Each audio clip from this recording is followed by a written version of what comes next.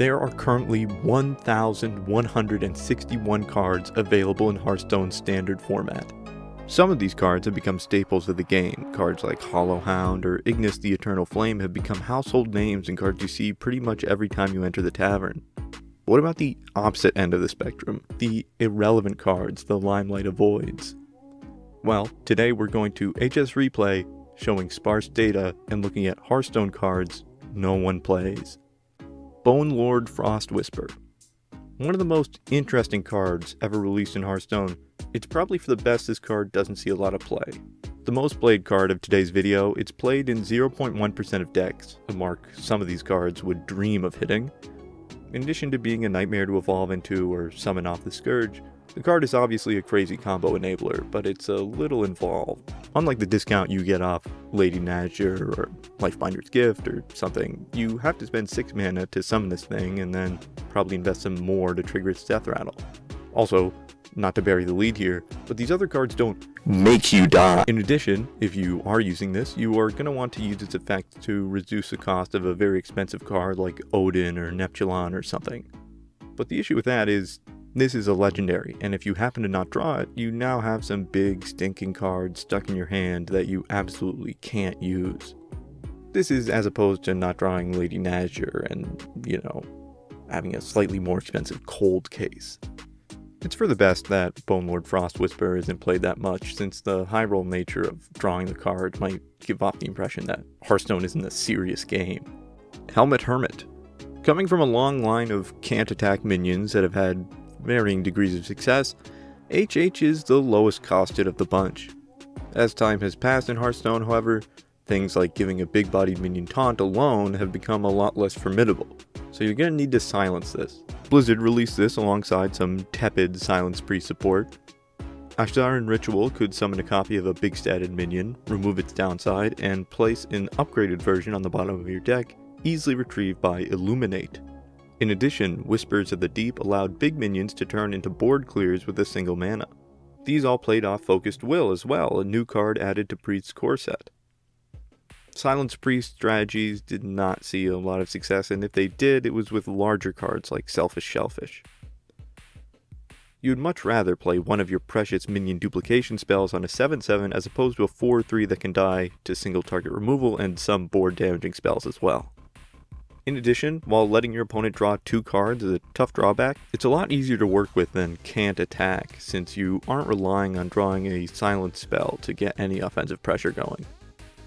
And if things weren't bad enough for our crustaceous friend, the Killer Clam being a death rattle minion meant that it could also be resummoned over and over with Amulet of Undying.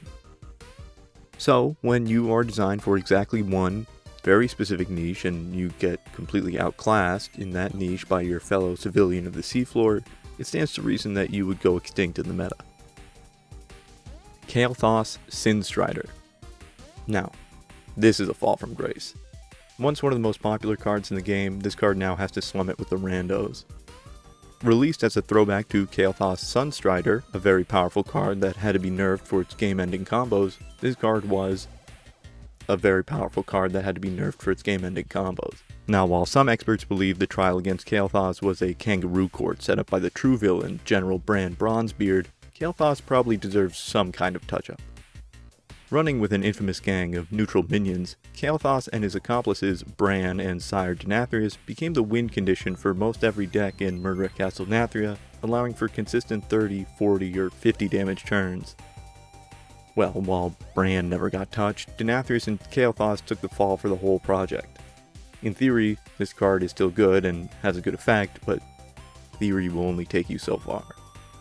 Party Crasher. This is a sad one. It's an 8 mana 7/9 with a battle cry that throws a random minion from your hand at an enemy minion of your choice.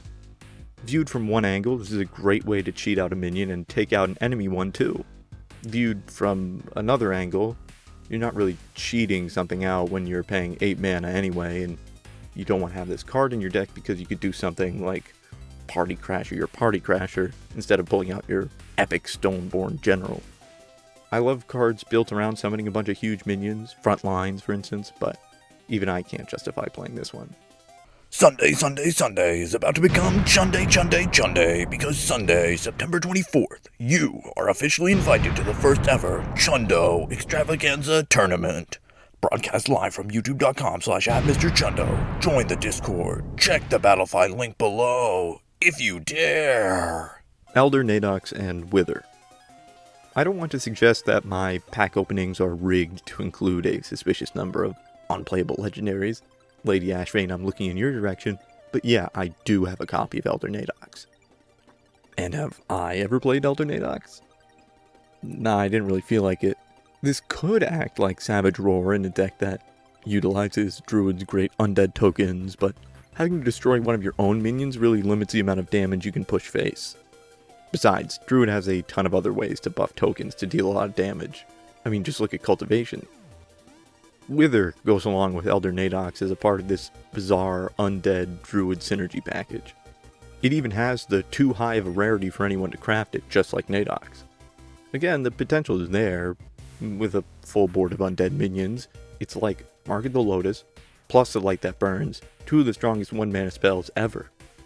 Without a full board of undead minions, yeah, I'll take Living Roots or Rake or something. Scourge Troll. Hey, it's a 1-mana 1/3. Come on, you play these in everything. What effect could it have that nobody wants? Death Rattle's triggered twice. Wow, that's really strong. That's a Baron Riverdale effect for 1 mana. This can synergize well. Huh? I'm being told I was a little off on the effect. The actual effect is Death Rattles given to this minion trigger twice. Now, if you are like me and would stare Rarin in the face and say this isn't a real card, you'd be forgiven since it seems like Blizzard itself has forgotten this creep too. In March of the Lich King, Shaman received a band of cards based on giving death rattles to other minions. Now, if this band is in sync, Rotgill is Justin Timberlake and Scourge Troll is one of the other members of InSync. While Justin Timberlake is a great card for tempo and buffing a wide board in a class that can summon a lot of bodies, whatever this card's name is heavily focused on this death rattle giving gimmick that there's not a lot of support for. Yeah, the biggest issue with this card is just not having a lot of options for giving death rattles. This is a relatively new concept in Hearthstone, so there's not a bounty of neutral and supporting cards for it. If any more good ones come out, I could definitely see this card shooting up in popularity. The problem is right now, it has to look at Crowd Surfer as a potential partner. I know a lot of these cards are like when you hear someone name an obscure Saturday Night Live cast member, but who? Super Saiyan Bran here is a 3-mana 4/5, which is Yeti stats for only a Spider Tank cost.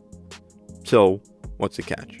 If you draw a second card during your turn, so just one card in addition to your normal draw, it blows itself up? What? Was a 4/5 so threatening that they were just like, Warlock, you can't have this? Not to speak in hyperbole, but no one has unironically summoned Chillwind Yeti in 75 years, so why does a 1-mana discount come at the downside of not letting you do one of the best things in the game? While not as card advantage heavy as something like Yu-Gi-Oh!, Hearthstone players certainly enjoy a Cathedral of Atonement or an aquatic form now and then. Now before I continue, this video is mostly focused on standard Hearthstone play, which is where I'm most familiar. Which is not saying a lot. So it is important to point out that Careless Mechanist is actually a pretty powerful arena card, where slight stat advantages are powerful and draw is not as readily available.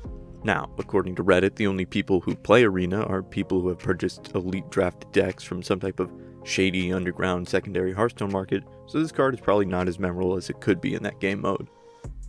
As for standard, I don't know, play Cyclopean Crusher or something instead. These next few have a similar theme. Hearthstone has gotten into this weird habit of releasing neutral epic minions with incredibly niche effects meant to counter your opponent's game plan. The issue is that these types of cards used to be quite meta relevant, while the new generation of them is, well, less so. These cards can trace their genealogy to classic cards like Hungry Crab or Big Game Hunter. Moarg Artificer appeared to be part of this mediocre squad until Il'gynoth turned it into Exodia the Forbidden One.